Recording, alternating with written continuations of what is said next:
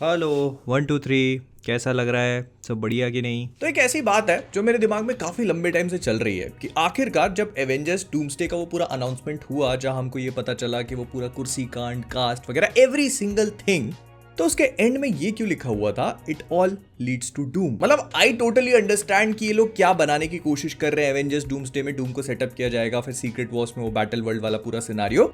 तो इन अ वे ये बात समझ में आती है कि चाहे कुछ भी कर लो, आप बैटल वर्ल्ड, डॉक्टर डूम इनको एस्केप नहीं कर सकते। लेकिन व्हाट इफ जो कुछ भी ये अभी तक हमको दिखाया गया है, ये कोई छोटी मोटी बात नहीं है। मतलब ये जितनी भी टीम्स एमसीयू में ऑपरेट कर रही हैं, क्या हो कि ये सारी चीजें पहले से ही ऑलरेडी प्लान करके रख दी गई थी। लेकिन क्या आपने एक बात नोटिस करी कि एमसीयू में इतने सारे सुपर हीरो की टीम्स हो चुकी हैं और सब अपने आप को एक सॉर्ट ऑफ कमर्शियलाइज्ड बिजनेस की तरह मैनेज कर रही है। अगर आप नोटिस करो तो fantastic four, Avengers, new Avengers और भी बहुत सारी जो बची कुची टीम्स हैं, ये सब लोग अपने आप को एक बिजनेस से कम नहीं समझते। और मानो या ना मानो, लेकिन बिजनेस चलाना कोई भी आसान काम नहीं है। एक तरफ सेल्स का प्रेशर, फिर इन्वेंट्री का हिसाब, अकाउंटिंग किसी और सॉफ्टवेयर में, सीआरएम किसी और सिस्टम पे। और ना जब सब चीजें इतनी अलग अलग हो तो गलतियां होती हैं, टाइम वेस्ट होता है और कुछ भी स्मूथ नहीं चलता। तो इसी प्रॉब्लम के लिए सॉल्यूशन है ओडो ईआरपी। ओडो एक ऑल इन वन प्लेटफॉर्म है जहां 45 प्लस एप्स आपके बिजनेस का सारा काम, जैसे इनवॉइस बनाना या डिजिटली भेजना, पेमेंट्स कलेक्ट करना, इन्वेंट्री मैनेज करना, सेल्स का ट्रैक रखना, इवन वेबसाइट क्रिएट करके उसे मैनेज करना, एक ही जगह स्मूथली बहुत आराम से कर सकते हो। अब क्योंकि आपकी ये करने वाली सारी एप्स एक दूसरे से कनेक्टेड हैं, तो इसका प्लस पॉइंट ये है कि सारा काम बहुत फास्ट, ऑर्गेनाइज्ड और एक्यूरेटली होता है। ओडो का कोई भी एक ऐप पूरी तरह से फ्री है फॉरएवर, और अगर आपको कोई दूसरे भी अच्छे लगते हैं तो आप 580 रुपीज के सब्सक्रिप्शन में उन्हें भी ऐड कर सकते हो। फिर unlimited customer support, hosting and maintenance भी लाइफ टाइम के लिए फ्री है। तो लिंक डिस्क्रिप्शन और पिन कमेंट्स में है, यूज करो, क्योंकि बिजनेस मैनेज करना अब मुश्किल नहीं, स्मार्ट होना चाहिए। मतलब इनमें से कुछ भी कोइंसिडेंस नहीं है। ये बात हमको बहुत पहले से क्लियर कर दी गई थी जब मार्वल का वो पूरा सीक्रेट टाइमलाइन वाला कॉन्सेप्ट इंट्रोड्यूस करवाया गया था। तो बताया था कि ही हू रिमेन्स ने एक बहुत बड़े लंबे चौड़े वॉर के बाद एक लूप क्रिएट किया जिसमें सब कुछ उसी के पैटर्न पे चल रहा है। एवेंजर्स से लेकर दुनिया जमाने के जितने भी सुपर हीरोज और कैरेक्टर्स हैं जो हम लोगों ने एमसीयू में देखे थे, उन्होंने जो कुछ भी किया है वो पहले से ही हू रिमेन्स ने स्क्रिप्ट लिख के रख दी थी। तो ही हू रिमेन्स ने एक सीक्रेट टाइमलाइन बनाई, फिर उसने फ्री विल छीनी, जिस वजह से लोकी के सीजन 1 के एंड में हम लोग लोकी को क्वाइट लिटरली वही सेम डायलॉग्स रिपीट करते हुए सुनते हैं जो ही हू रिमेन्स ने वहां लिख के रखे थे। तो उसने लोगों से फ्री विल छीनी और इस वजह से हर कोई एक फिक्स पाथ पे मूव कर रहा था, और जो भी उससे भटकने की कोशिश करता उसको टीवीए वाले आकर के प्रून कर देते, जस्ट सो दैट कोई दूसरी टाइमलाइन क्रिएट ना हो जाए। जैसे लोकी निकला तो उसको भी जाकर के प्रून कर दिया, लेकिन बाद में पता चलता है कि वो भी एक्चुअली ही हू रिमेन्स के प्लान का ही पार्ट था। मतलब जो स्क्रिप्ट उसने लिखी थी, जो पूरा का पूरा लूप चल रहा था, उसमें लोकी का एक बहुत ही क्रूशियल रोल था कि वो टीवीए में जाएगा, ही हू रिमेन्स से मिलेगा, और फिर सीजन 2 में हमें जाकर ये पता चला कि लोकी ने उस पूरे लूप को ब्रेक किया और जाकर के थ्रोन पे बैठा। लेकिन व्हाट इफ ये सब कुछ भी ही हू रिमेन्स के लूप का ही पार्ट हो? मतलब मैं बस आपको ये बताने की कोशिश कर रहा हूं कि मार्वल सिनेमैटिक यूनिवर्स में अभी तक हमने जो कुछ भी देखा है उसमें एक बहुत ही की एलिमेंट मिसिंग है। एक्चुअली 2-3 की एलिमेंट मिसिंग है, जैसे कि Doctor Doom, Fantastic Four, X-Men. ये तीनों सुपर हीरो टीम्स इस पूरे यूनिवर्स में अभी तक हमें देखने को नहीं मिली। मगर जैसे ही लोकी उस थ्रोन पे जाके बैठा है, उसके तुरंत बाद डॉक्टर डूम भी आ रहा है, फैंटास्टिक फोर भी आ रहे हैं और एक्समैन भी डूम्सडे के लिए अनाउंस कर दिए गए हैं।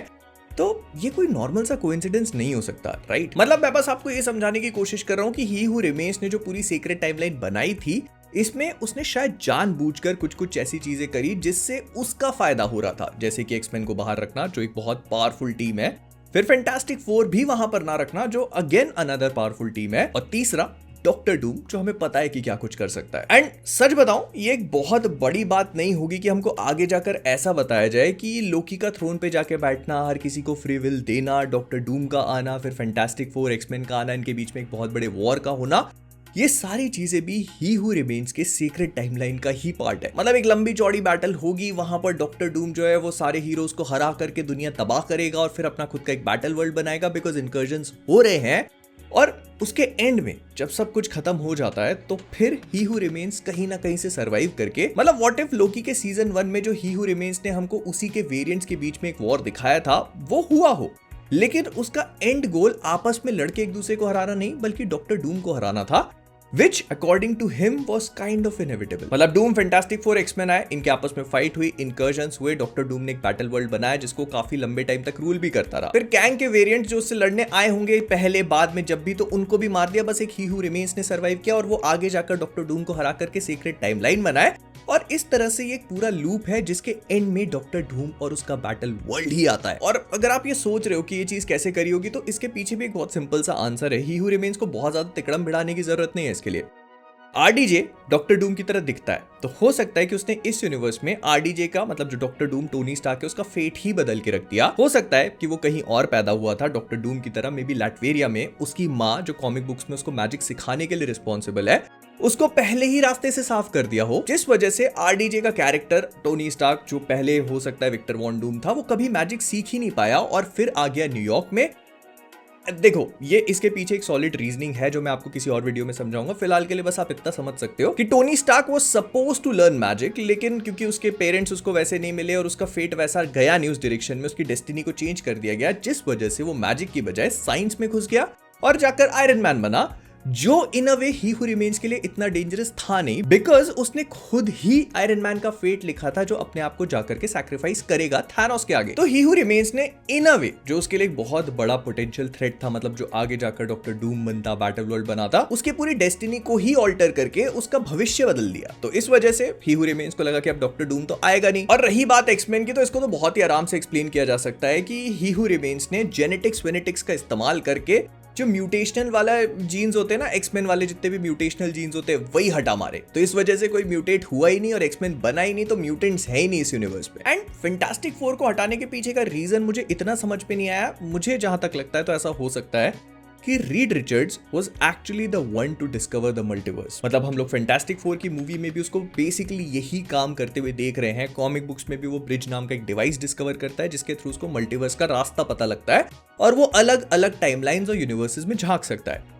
तो मे बी ऐसा हो सकता है कि रीड रिचर्ड्स ओरिजिनली एक ऐसा बंदा हो जो कि मल्टीवर्स को डिस्कवर करता, जिस वजह से बैटल वर्ल्ड, सीक्रेट वॉर्स, ये सारी चीजें मोशन में आती। तो इस वजह से ही हू रिमेन्स ने इन सब लोगों को ही हटा दिया। और देखो, मैं इस पूरी चीज को लेकर बहुत ज्यादा श्योर नहीं हूं, लेकिन अगर ये लोग अभी भी लोकी के पूरा का पूरा फ्री विल देने के बाद, मल्टीवर्स को ओपन अप करने के बाद भी ही हू रिमेन्स के लूप में हो, बहुत बड़ी बात नहीं होगी। कोई बहुत बड़ी बात नहीं होगी कि सीक्रेट वॉर्स के एंड में जाकर ये लूप एक्चुअली में टूटता है, जब ये लोग कोई चीज थोड़ी बहुत डिफरेंट कर जाते हैं। And it is then Loki tells them कि जो कुछ भी था ये अभी तक सब कुछ एक लूप चलता रहा था, no matter what I did, हम लोग इसी लूप में घूमते जा रहे थे। लोकी प्रोबेबली इस पूरी कहानी को 1000 बार जी चुका होगा अभी तक। And that would also make sense, जैसे हमने लोकी के सीजन 2 में देखा था कि वो एक ही चीज बार बार करता जा रहा है उस साइकिल को ब्रेक करने के लिए। वही सेम चीज ये अभी भी कर रहा है, मतलब उस थ्रोन पे बैठकर, लोगों को फ्री विल देकर, मल्टीवर्स को खुला छोड़कर, डॉक्टर डूम से फाइट करके, it all leads to doom, nothing changes. और इसी वजह से उसे लगता है अल्टीमेटली कि डूम के सामने सरेंडर करने के अलावा उसका कोई ऑप्शन है ही नहीं। डूम एक बैटल वर्ल्ड बनाएगा जो एक साइकिल को फुलफिल करेगा और आखिरी में मे बी सीक्रेट वॉर्स के एंड में या सीक्रेट वॉर्स मूवी में हमें ऐसा कुछ देखने को मिले जो इस पूरे लूप को finally once and for all तोड़ेगा। एंड इस पूरी थ्योरी के बारे में सबसे बेस्ट पार्ट पता है क्या है, कि इसको आपको एक्सप्लेन करने के लिए कैंग या ही हू रिमेन्स या जोनाथन मेजर्स के प्लेड किसी भी कैरेक्टर को वापस लाने की जरूरत तक नहीं है। मे बी डूम्सडे या सीक्रेट वॉर्स में लोकी इन सारी चीजों को खुद अपने वर्जन या अपने नैरेटिव एक्सपीरियंस के थ्रू बता सकता है, एक वॉइस ओवर में, जहां पर मोन्टाजेस दिखाई जाएंगी।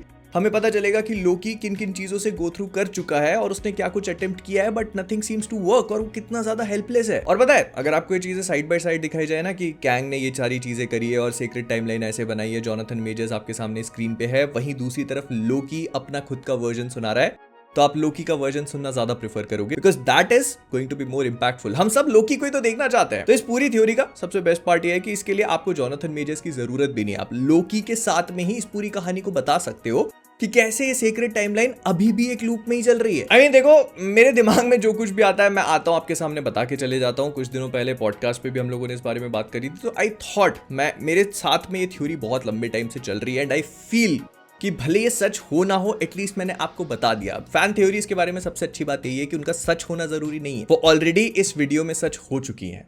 That is why we are superhero fans. मिलता हूं अगले में। ओडो की लिंक डिस्क्रिप्शन में, डाउनलोड करना मत भूलना।